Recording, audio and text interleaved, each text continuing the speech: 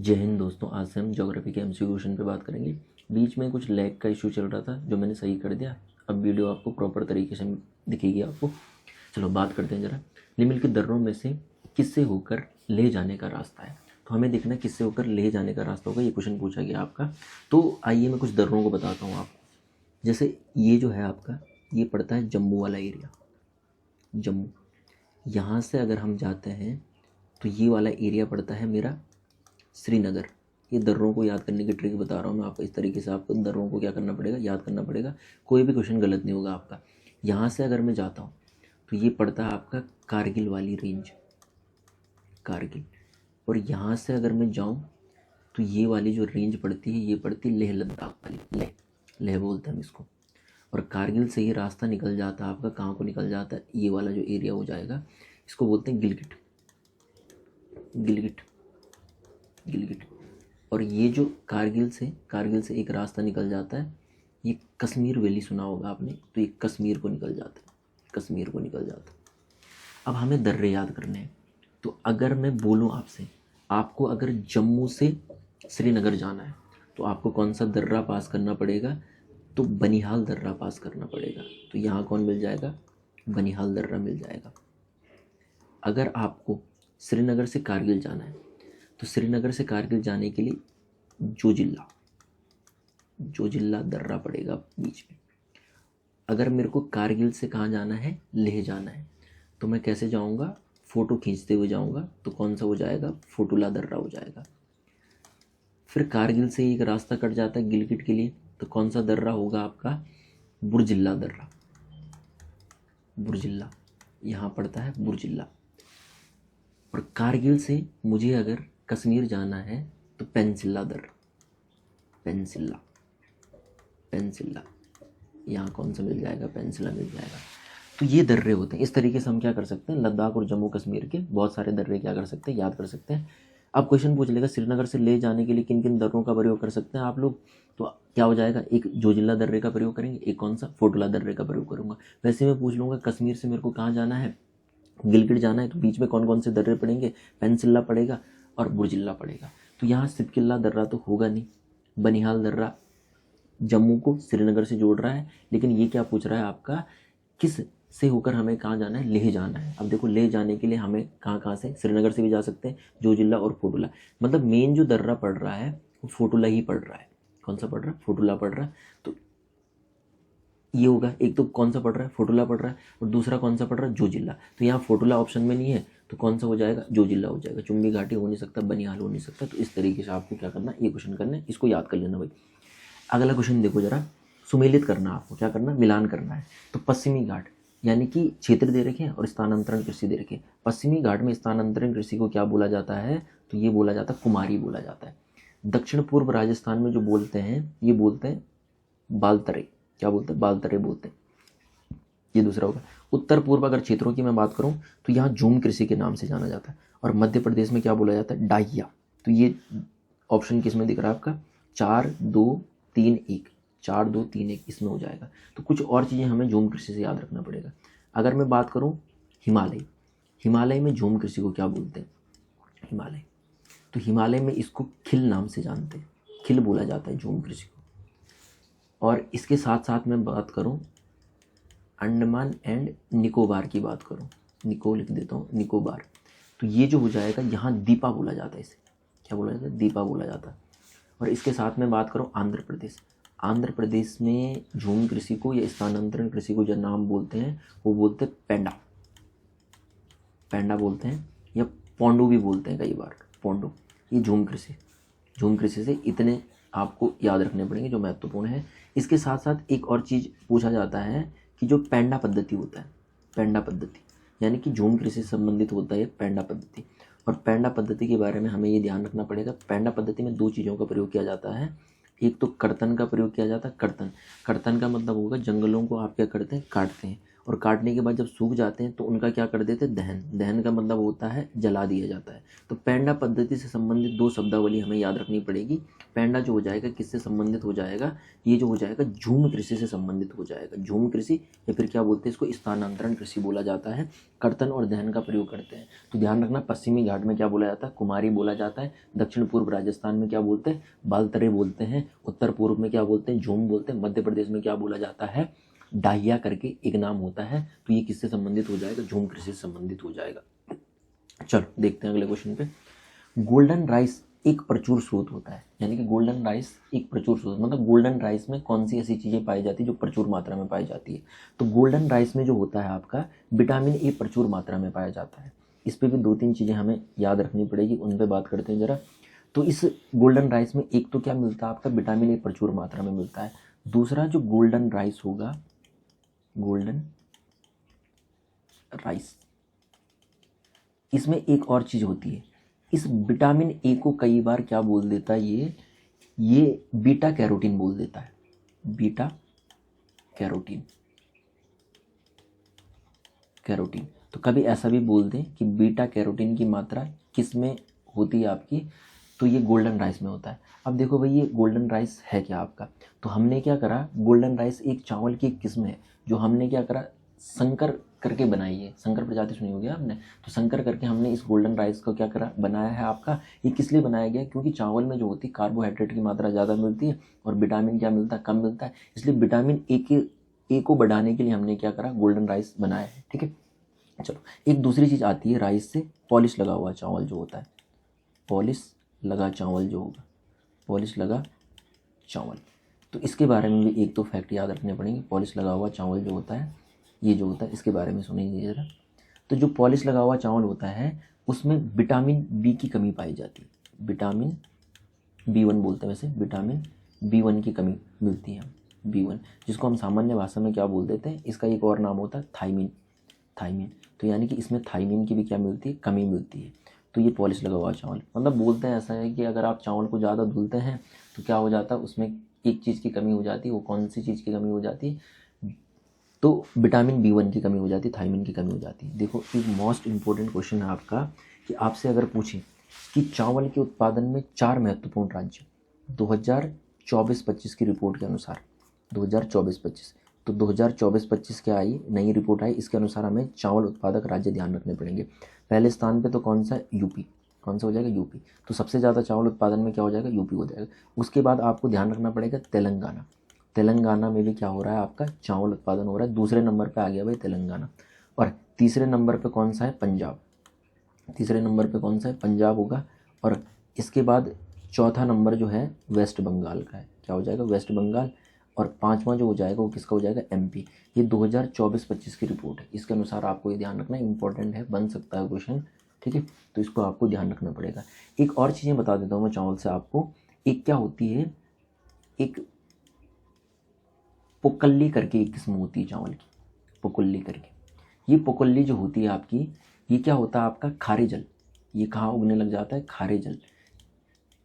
खारे जल में चावल की अच्छी फसल के लिए हम क्या करते हैं आपका, पोकल्ली नामक किस्म। तो मुख्य रूप से ये जो करते हैं ना, इस किस्म का जो प्रयोग किया जाता है केरल वाले लोग करते हैं। तो केरल में इस किस्म का क्या किया जाता है, ज़्यादा प्रयोग किया जाता है। और कुछ राइस की आपको क्या रखनी पड़ेगी, यानी कि जो किस्म होती है उनको याद रख लो। एक जैसे कांची करके एक किस्म होती है, कांची।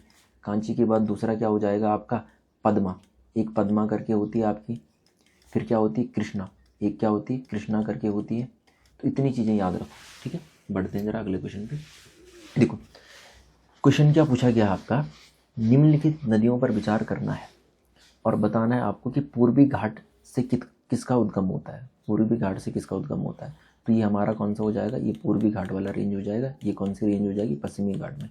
तो ये पूछ रहा है आपका पूर्वी घाट से किन नदियों का उद्गम होता है। ठीक है, तो सबसे पहले बात करते हैं, एक एक नदी पे बात करते हैं कौन कौन सी हो जाएगी। पूर्वी घाट में अगर मैं बात करूं तो ये जो नागावली है, ये नागावली नदी कहाँ से निकलती, उड़ीसा से निकलती है, उड़ीसा। तो ये उड़ीसा हो जाएगी आपकी, कौन सी, उड़ीसा। उड़ीसा, उड़ीसा जो होता है आपका कालाहांडी। कालाहांडी सुना होगा ना, कालाहांडी, कोरापुट ऐसे नाम सुने होंगे। तो ये कालाहांडी जो जगह होती है यहाँ से निकलती है।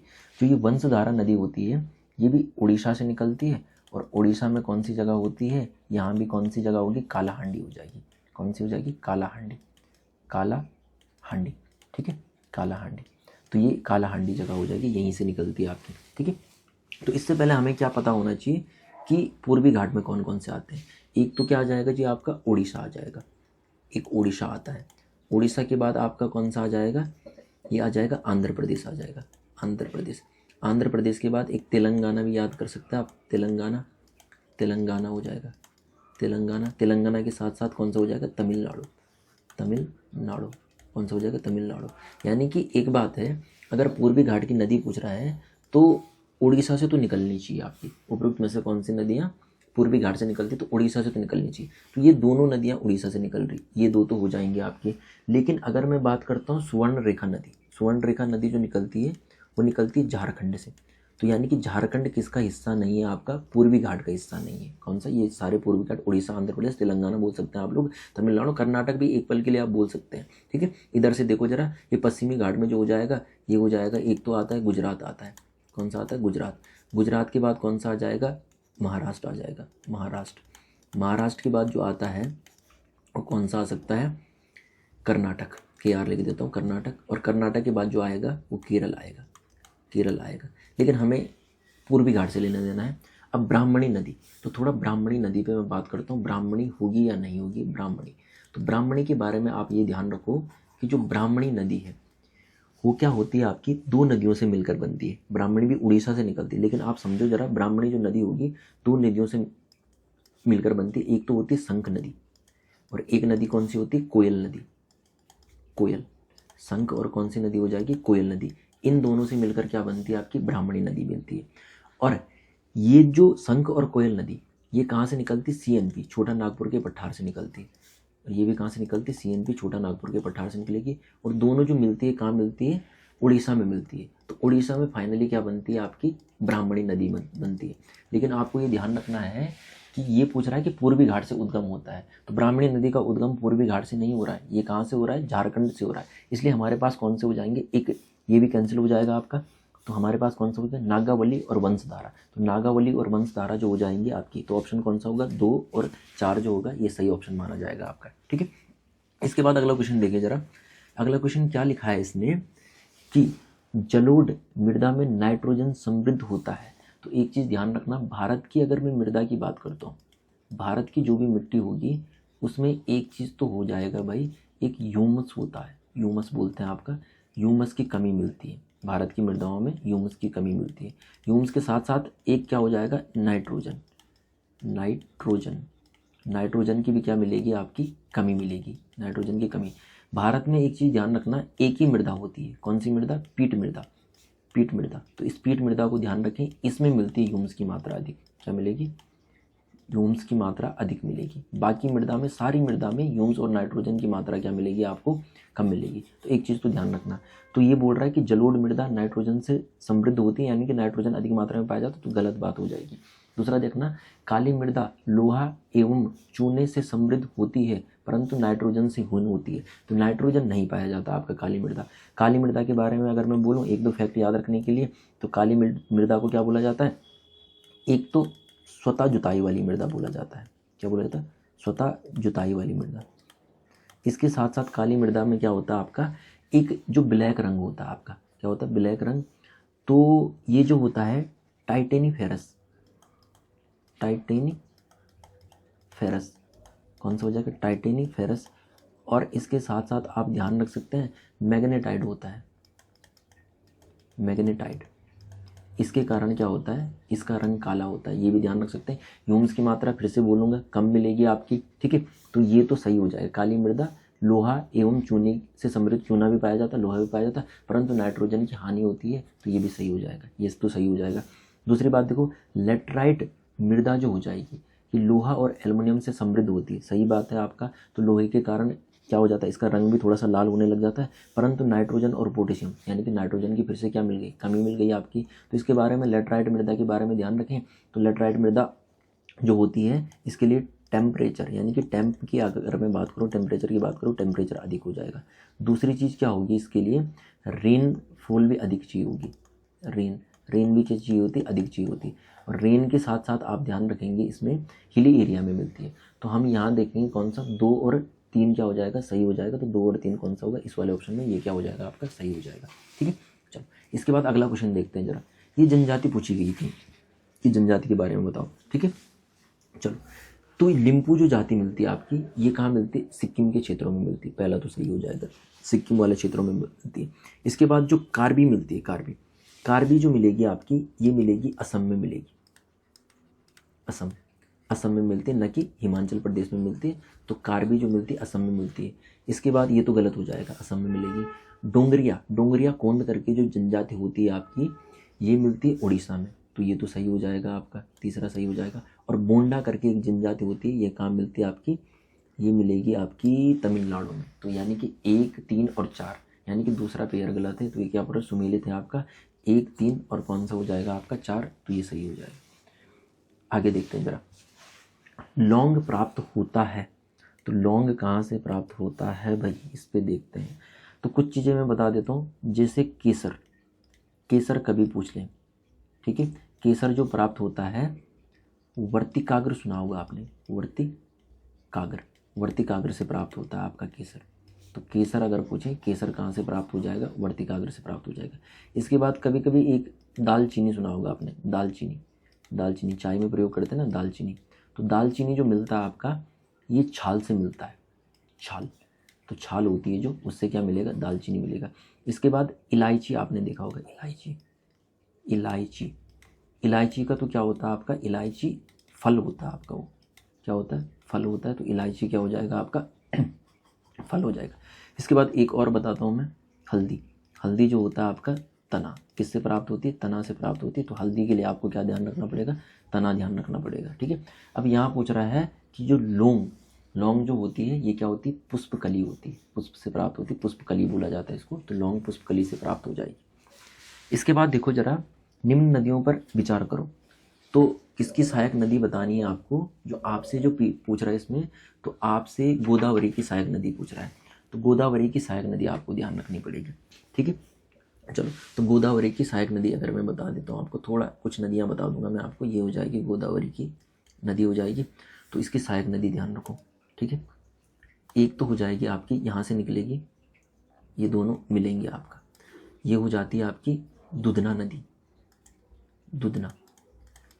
इसके बाद जो होती है आपकी पूर्णा, दुधना और पूर्णा नदी ऊपर से संगम बनाती, दुधना और पूर्णा हो जाएगी।